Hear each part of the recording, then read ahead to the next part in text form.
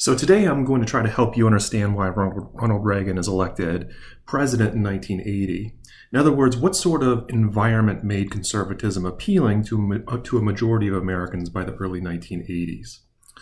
So the power that modern conservatism held by the 1980s wasn't inevitable. The post-World War II years, moderates really controlled the Republican Party. And these Republicans often accepted most aspects of the New Deal. Their goal was to make sure liberals didn't expand the New Deal. Right? The people who we think as true conservatives were really at the margins of the Republican Party. Dwight Eisenhower even wrote to his brother in 1954 about conservatism, quote, "Should any political party attempt to abolish Social Security, unemployment insurance, and eliminate labor laws and farm programs, you would not hear of that party again in our history." There is a tiny splinter group, of course, that believes you can do these things. Among them are H.L. Hunt and a few other Texas oil millionaires, and an occasional politician or businessman from other areas. Their number is negligible and they are stupid. Right? And so by the 1980s, the people who Eisenhower characterized as stupid controlled the Republican Party. And so today we're going to look at the 1970s as a bridge decade that helps explain the transition from a period where liberalism really dominated American politics to a new era where conservatism dominated American politics. And so the economic crisis of the 1970s helps explain why so many Americans became more open to critiques of liberal economic policies. I want to start the lecture by adding to some of these factors outlined in the textbook for the economic crisis of the 1970s. So your textbook mentions that the U.S. suddenly faced competition from other countries. And so after World War II, the United States stood alone as the major economic superpower. But war-ravaged nations, often with major economic assistance from the U.S., rebuilt their productive capacities with new technologically advanced industrial plants. And so by the early 1970s, both of America's major wartime adversaries, Japan and Germany, had become major economic powers and major competitors in global trade. And so suddenly in 1971, for the first time since the end of the 19th century, the U.S. imported more goods than it exported, beginning an era of American trade deficits. So why weren't American companies competitive? Well, one reason is that during the years of American global dominance, few American companies had reinvested profits in improving production techniques or educating workers. American productivity, the average output of goods per hour of labor, had begun to decline. The combination of failing productivity and high labor costs meant that American goods became more expensive, both for American consumers and consumers in other nations. Also, without significant competition from other nations, American companies had allowed the quality of their goods to decline. For example, from 1966 to 1973, American car and truck manufacturers had to recall almost 300 million vehicles because of serious defects. The energy crisis also made American goods less competitive. Americans had grown up with cheap and abundant energy that put little pressure on manufacturers to produce efficient goods. American passenger cars got an average of 13.4 miles per gallon, but they were only paying 38 cents per gallon, about $2 a gallon in 2013. Home heating and household appliances were not designed to be efficient either. When OPEC cut off oil shipments to the U.S., oil prices rose by 350%. So more efficient goods produced in other countries suddenly became much more attractive to American buyers. Sales of gas-guzzling American cars plummeted as people rushed to buy compact cars from Japan and Europe. And so next, I want to address the myth that American companies suddenly began moving manufacturing in search for cheap labor in the 1970s. We can bust this myth by simply looking at the history of RCA. And so in 1921, RCA invested $11.5 million in a 2 million square foot complex in Camden, New Jersey. The city promoted Camden as a safe place for companies, boasting, in all its history, Camden has never known a major strike. Another attraction was a female labor pool. By 1936, of the 9,800 workers at RCA, about 75% were women. Their main jobs were wiring, crimping, and soldering radio sets. Men performed tests and repair procedures, built the large and elaborate wooden radio cabinets, staffed the machine shops, and designed the built models and prototypes of products, and of course served in management. But RCA justified its reliance on female labor by arguing that women had special mental and physical characteristics that made them best suited to electrical assembly. One magazine explained electrical work, quote, requires feminine patience and deft fingers. Only women can handle these minute parts and are willing to perform the highly repetitive operations that this type of assembly requires. Of course, the real reason that RCA wanted women is that they could pay women much less, and they were considered more what they thought of as more docile, easier to control, and less likely to strike. But during the Great Depression, Camden and RCA in particular became a center of union organizing, and RCA hosted a series of famous strikes during the Great Depression. So what had become the perfect place for a company to find cheap labor had suddenly become problematic. And so as a result, RCA moves most of its production to Indiana. Its radio manufacturing went to Bloomington in 1940. Of the nearly 10,000 jobs in Camden in the 1930s, only 700 remained by 1953. What made Bloomington especially attractive was that the local population's desperation for work. The county in which Bloomington resided had an unemployment rate of 40% in the late 1930s, one of the highest foreclosure rates in the state, and one of the largest percentages of people who were dependent on federal relief. Also attractive, Bloomington had no history of labor organizing, and so again, RCA thought it had found a docile labor pool. And finally, there was a large pool of unemployed women used to making low wages. As many as 75% of wage-earning women in the area were domestic workers making $3 to $5 a week. RCA would be offering women $7 to $8 for a 40-hour work week. About 80% of the workers in RCA's Bloomington plant would be women. But RCA was more specifically, looking for a particular type of woman. They were looking for female workers between the ages of 17 and 28, single, with a specific height and weight limits of, quote, high moral character, and capable of passing a physical exam and a series of dexterity tests. And so by 1944, by 1944, workers were already voting to form a union. In the 1950s, the company faced a brief walkout, but between 1964 and 1967, employees went on strike 3 times. 2 of the walkouts were wildcat strikes that violated the no-strike clause in their contract. And so it should be no surprise, again, that RCA moves. And this time it starts to build a plant in Memphis, Tennessee in 1965. In Memphis, they found a labor pool that were paid well below the national average. Racial tension made it difficult for unions to organize across racial lines. So by 1970, RCA again faced a strike that lasted 11 weeks. And so much of the production that was moved back to Bloomington while the company looked for a more suitable location. They found that location in Juarez, Mexico. There, RCA again found a huge pool of cheap labor. The United States had recently canceled the Bracero program in 1964. The Bracero program brought hundreds and thousands of workers temporarily to the United States to work.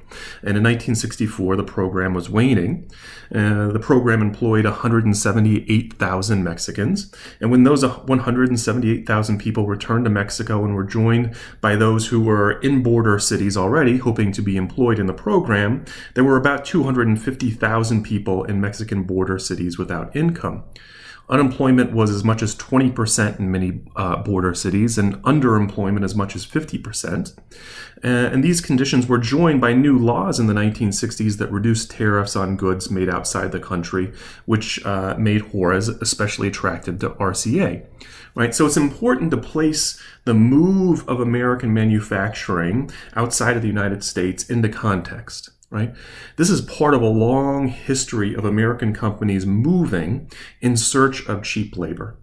The 1970s isn't unique in that American companies suddenly started searching for cheap labor then. It's unique in that in the 1970s, new trade policies made it easier for companies to access cheap labor outside of the United States. And so this new economic development, where companies were leaving to access cheap labor in other countries and U.S. faced steep competition from places like Japan, helped undermine much of the support for New Deal style liberalism, right? The strength of liberalism in the 1930s to the 1960s depended on a strong economy that liberals could point to in order to justify their policies.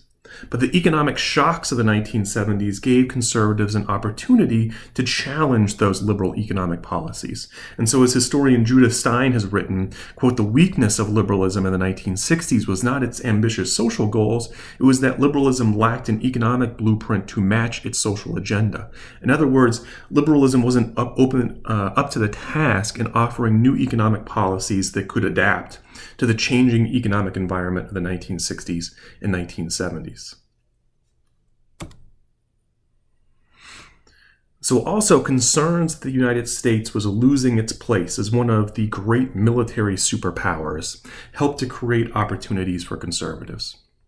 Thus far, we've seen how Americans' comfort with grand plans to reshape the world has ebbed and flowed. Right? Think back to the early 20th century when Theodore Roosevelt and others had grand plans to bring civilization to the world, Woodrow Wilson's 14 points and his calls for the League of Nations, FDR's 4 freedoms, right? The Cold War from Greece and Turkey to Vietnam show that Americans had thought the United States had a larger role to stop the spread of communism. And in between, those grand visions have been periods where Americans have questioned grand visions of America's role in the world. And Vietnam certainly made Americans question what those responsibilities were and whether the United States had the power to impose its will throughout the world. Right? Vietnam ended a victory culture that was riding high in the 1950s and 1960s. And this victory culture in the U.S. just assumed that the U.S. would win wars. Right? By the time the United States signed the ceasefire agreement in 1973 in Vietnam, more than 58,000 Americans and between 1.5 and 2 million Vietnamese had died. Civilian deaths in Cambodia and Laos were in the hundreds of thousands. And by 1975, communists controlled Vietnam, Laos, and Cambodia. But the great domino theory did not bear out as communism did not spread throughout the region. You know, much like the French, when they lost the war in Vietnam 20 years earlier, the United States had won the body count, clearly had technological superiority, yet lost the war. Developments in the Middle East also called American military power into question. 1979 brought the Middle East into American living rooms. The Iranian hostage crisis was one of the Carter administration's most embarrassing moments. Iran had been one of the United States' most valuable allies in the Middle East since the CIA helped to lead a political coup there in the 1950s. But the Shah left for exile in January 1979 when revolutionaries took over Iran. And these were people who thought the Shah was modernizing and secularizing Iran and neglecting traditional ways of life. When the Shah left, Islamic revolutionaries led by the Ayatollah Khomeini proclaimed a Shiite Islamic Republic. When the United States gave the Shah exile in the United States to get medical treatment, mobs stormed the U.S. Embassy in Tehran. 52 Americans were held hostage for 444 days. And if that didn't make Americans question the United States' power, abroad, a failed rescue mission killed 8 soldiers when an equipment failure led to a helicopter crash in the Iranian desert. Not only was Carter dealing with the Iranian hostage crisis, but the Soviet Union invaded Afghanistan. The Soviet Union didn't learn any of the lessons the United States experienced in Vietnam. A faltering communist government was under attack by Muslim rebels. The Soviet Union thought they were simply going to quickly shore up the communist government and go home. And like the U.S., they found fighting a guerrilla war in an unwelcome territory was not easy. The United States did not help. Carter secretly authorized the CIA to distribute weapons to the Mujahideen, so Islamic guerrillas, fighting the communist government and sanctioned military aid to their backer, Pakistan. The CIA didn't know it, but the Soviet invasion in Afghanistan influenced a young engineering student who traveled to Afghanistan to train and recruit the Mujahideen, and the organization the CIA is distributing weapons to. Right? His name is Osama bin Laden. As the United States looked at the instability in Iran and Afghanistan, they took some consolation from the fact that a strong secular government neighbored Iran. Iraq was quickly winning favor with Washington. American officials were especially pleased when a new leader took control of Iraq in 1979 and began making threats toward Iran. His name was Saddam Hussein. So the general feeling at the end of the 1970s was the United States was losing its position as a powerful player on the international stage. Some, of course, thought this was a good thing, but conservatives would offer a new vision by the end of the 1970s, a vision based on military strength and diplomatic power that became attractive. And so I don't want to repeat what's in your textbook here, but I want to give you some context and better frame what's in your textbook. Backlash is a term historians have created to refer to the political resistance to the social movement victories of the civil rights movement and the women's movement, and also the gay rights movement. Social movement victories such as affirmative action, race-based busing, Roe v. Wade, the Equal Rights Amendment, which was passed by Congress but wasn't ratified by enough states, and local laws that protected homosexuals from discrimination all produced political backlash in the 1970s. Conservatism offered an intellectual home to Americans who opposed these victories. Importantly, it offered a framework, with the exception to attacks on homosexuals, that tried to avoid overt racism and sexism. Think back to if you look at the election of 1964, when Barry Goldwater promoted the ideals of individualism and states' rights rather than an argument about racial inferiority to justify his opposition to civil rights laws. In the same vein, conservative activists such as Phyllis Schlafly offered a message about family values that appealed to religious conservatives to oppose women's rights measures that tried to avoid the blatant sexist language about women's inferiority that had long justified discrimination against women. Conservative activists like Anita Bryant, of course, didn't try to hide blatant homophobic language when they attacked the victories of the gay rights movement. She mixed the sort of popular family values message with arguments that gay men would rape children in classrooms if they were allowed to teach. I also want to give you an example of the unlikely ways conservatism offered a new home for people uncomfortable with social movement victories of the 1960s. For example, in Atlanta, it wasn't just the emphasis on individualism and states' rights that attracted Americans who opposed civil rights laws. Conservatives' attack on taxes and public spending was also attractive to combat civil rights victories. Atlanta, a city that prided itself as a racially progressive southern city, its motto was "a city too busy to hate." And it was a city that prided itself on a long list of public services and public spaces paid for by taxes. The city had a strong public transportation system, city golf courses, city swimming pools, lots of city parks. People throughout the city thought they had a duty to create these public spaces. Yet this commitment to this sense of community funded by tax-paying dollars was predicated on racial segregation.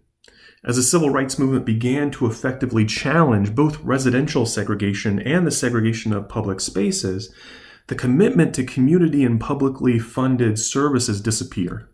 In its place, a new political commitment and a new political language emerged that drew on conservatism. Right? So first, in the context of residential segregation, Atlanta's whites argued that private property rights trumped government-mandated integration. Homeowners, they argued, had the right to choose who they sold a house to and who lived in their community.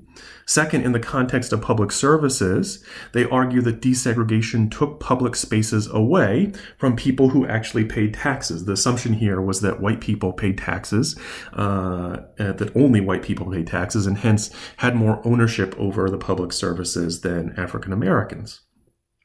And so desegregation caused a major tax revolt in Atlanta, where white Atlantans argued for the de-investment of almost everything public. Many even argued that the city should close all public schools. Right? A more popular initiative was to provide tuition subsidies for whites to go to private schools. Finding solutions in privatization further aligned Atlantans with conservatism. And finally, when they realized that they would not be able to preserve segregation in the city, white flight became a popular solution, creating in the suburbs the early beachheads of the Republican Party in the South. And so what's important here is that Southerners found in conservatism a new political language of individualism, privatization, and property rights that they hoped would replace overt racism, but still maintain segregation. I want to make it clear here that I'm not suggesting that all conservatives were racists in the 1960s and 1970s. What I'm saying here is that conservatives in the Republican Party were making the same difficult choice that liberals in the Democratic Party made for much of the 20th century. Conservatives were finding ways to incorporate people who opposed the civil rights movement, much like the Democratic Party had done for decades. And so remember, that the Democratic Party was a party that had been comprised of unlikely bedfellows for decades, right? It tried to hold together a constituency of African Americans, of working class whites, and white Southerners. And by the mid-1960s, that coalition was falling apart, largely due to civil rights laws. And now the Republican Party was stitching together its own coalition of unlikely bedfellows. The last piece of this puzzle is Watergate. And this is described in your book, but I want to briefly add to the textbook coverage, right? We generally know the story of the Watergate hotel break-in, carried out by Richard Nixon's committee for the re-election of the president. But Watergate is an umbrella term that refers to all of the illegal activities that went on during Nixon's administration. The committee for the re-election of the president didn't just break into the hotel. Donald Segretti, one of the team's operatives, called their job, quote, rat fucking, which meant sabotaging Nixon's opponents.